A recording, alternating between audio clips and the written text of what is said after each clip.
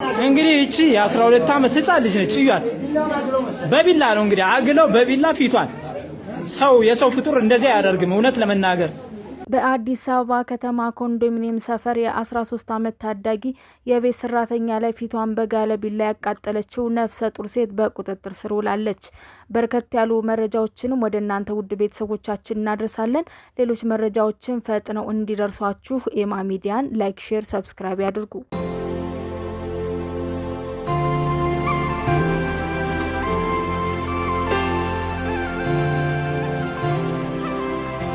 በመላው ህብረተሰብ ዘንድ ከፍተኛ ቁጣና ሀዘንን የቀሰቀሰው የህፃን ረብቃ ጉዳይ በህግ የበላይነት ስር ወድቋል። ህፃን ረብቃ ከደረሰባት አሰቃቂ ድርጊት በኋላ በአሁኑ ሰዓት በማቆያ ጣቢያ ተገቢውን እንክብካቤ እየተደረገላት እንደሆነም ታውቋል።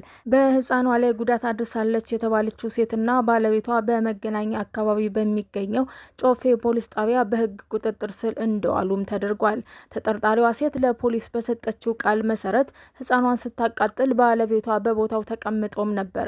የዘመዶችን ጸባይ አውቀዋለሁ በደንብ አቃጢ በማለት ድርጊቱን እንድትፈጽም ያበረታታ እንደሆነ መገለጹ ዘገባዎች ያመለክታሉ። ይህችንም ተጠርጣሪ አግብቶ የሚኖረው ሰውዬ በአሜሪካ ሀገር ከ20 ዓመታት በላይ ከኖረ በኋላ የመጣ ሲሆን ከዚህም ቀደም የሶስት ልጆች አባትና ሴትም አግብቶ እንደነበረ ባህሪውም እጅግ በጣም አስቸጋሪ ስለሆነም እንደፈታም ተገልጿል። በመላው የኢትዮጵያ ህብረተሰብ በንዴትና በሀዘን ድርጊቱን አውግዟል። ህፃኗም ላይ በደረሰው ጉዳት ፍትህ እንዲሰፍን ለልጅቷም ተገቢውን ካሳ እንዲከፈልና ተጠርጣሪዎቹም በህግ ተገቢውን ቅጣት እንዲያገኙም የበኩላቸውን እየሰሩም እንደሆነ ገልጸዋል።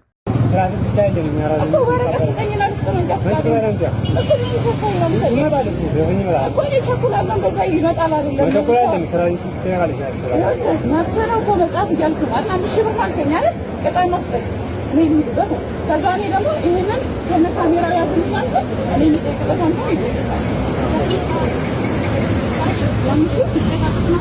ወደ ሌላ መረጃችን ስናልፍ የአዲስ አበባ ከተማ አስተዳደር ደንብ ማስከበር ባለስልጣን በመዲናዋ በመንግስትና በህዝብ ሀብቶች የተገነቡ መሰረተ ልማቶችን የኮሪደር የወንዝ ዳር ፕሮጀክቶችንም ደህንነታቸውን በመጠበቅና እንዲጠበቁ በማድረግም የከተማ አስተዳደሩና የህዝብ የተሰጠውን ኃላፊነትን በመወጣት ላይ እንደሚገኝ ገልጿል። ደንብ ተላልፈው በተገኙ ግለሰቦችና ተቋማት ላይም በተጠቀሰው ደንብ መሰረት አግባብነት ያለውና ሌሎች ሊያስተምር የሚችል አስተዳደራዊ የቅጣት እርምጃዎችንም እንደሚወስድ ይገኛል። በተለይም አሽከርካሪዎች በመሰረተ ልማቶች ላይ ከሚፈጸሙ የደንብ ጥሰት ጋር በተያያዘ የባለስልጣኑን የደንብ ማስከበር ኦፊሰሮችን አንድ ሹፌር በደንብ ቁጥር 167/2017 የተገለጹ ጥፋቶችን ፈጽመው ከተገኙ ተገቢውን ቅጣት ሊሰጡ እንደሚችሉም ጠቅሰዋል። ይህንንም ደንብ አስመልክቶ በባለስልጣኑ በተለያዩ ግለሰቦች ለህብረተሰቡ ግንዛቤን ፈጥሯል። የተደነገገው ደንብም ይህንን ቢያዝም አንዳንድ ግለሰቦች ግን አግባብነት የሌለው ተግባር በመፈጸማቸው ምክንያት በህግ ተጠያቂ መደረጋቸው እንደሚገኝም ገልጿል። ለአብነትም ካሁን ቀደም በኮልፌ በየካና በቂርቆስ ክፍለ ከተሞች በስራ ላይ ያሉ ሰራተኞችን ያለ ፍቃዳቸው ፎቶ በማንሳት በማህበራዊ ሚዲያ ላይ ያጋሩ ግለሰቦች በወንጀል ተጠያቂ ተደርገዋል። ሌሎች ተመሳሳይ ድርጊቶችንም የፈጸሙ ግለሰቦችንም ከአዲስ አበባና ከፌዴራላዊ ፖሊስ ጋር በመነጋገር መረጃ በማጣራት ላይም እንዳለ ተናግረዋል።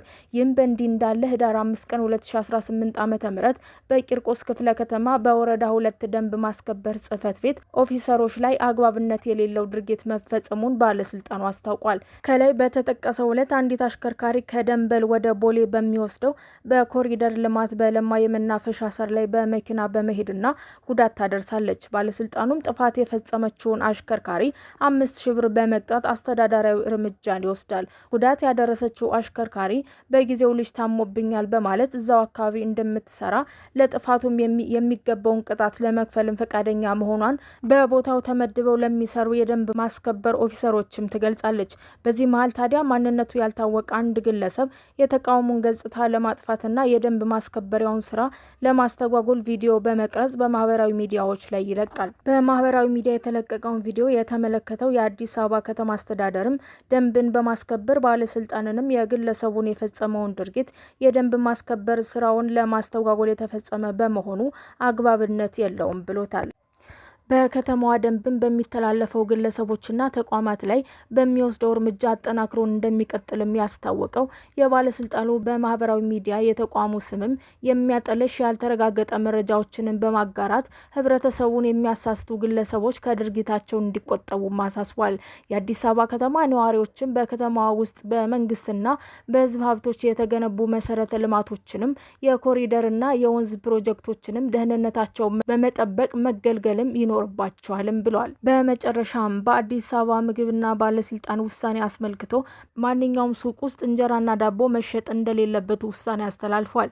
ይህም ውሳኔ ተከትሎ ብዙሃኑ ልክ እንደሆነና ሱቅ ውስጥ የተለያዩ ለጤና ጠንቅ የሆኑ ነገሮች እንደሚሸጡ እንደ በረኪና፣ የአይጥ መርዝም የተለያዩ ለጤና ጠንቅ የሚሆኑ ነገሮችም በእጅ ተነክተው ወደ አፍ የሚገቡ ነገር በዛ ውስጥ መሸጣቸው አግባብ እንዳልሆነ፣ በሌላ መልኩ ደግሞ ውሳኔው ጥሩ ቢሆንም ከነሱ የባሱ የእንጀራ ላይ አላስፈላጊ ነገሮች እየጨመሩ የሚሸጡም አሉ። መጀመሪያ እነሱን ማስቆም በተቻለ፣ በተጨማሪም ደግሞ እንጀራ መሸጥ ልጆቻቸውን የሚያስተዳድሩ ብዙ ናቸውና እንጀራን ማከፋፈያ መንግስት ሰርቶ ለእናቶች ቢሰጥ ጥራቱን የጠበቀ እንጀራም ለህዝብ ማቅረብም ይቻላል፣ ለቁጥጥርም አመች ነው ሲሉም አስተያየት እየሰጡ ይገኛሉ።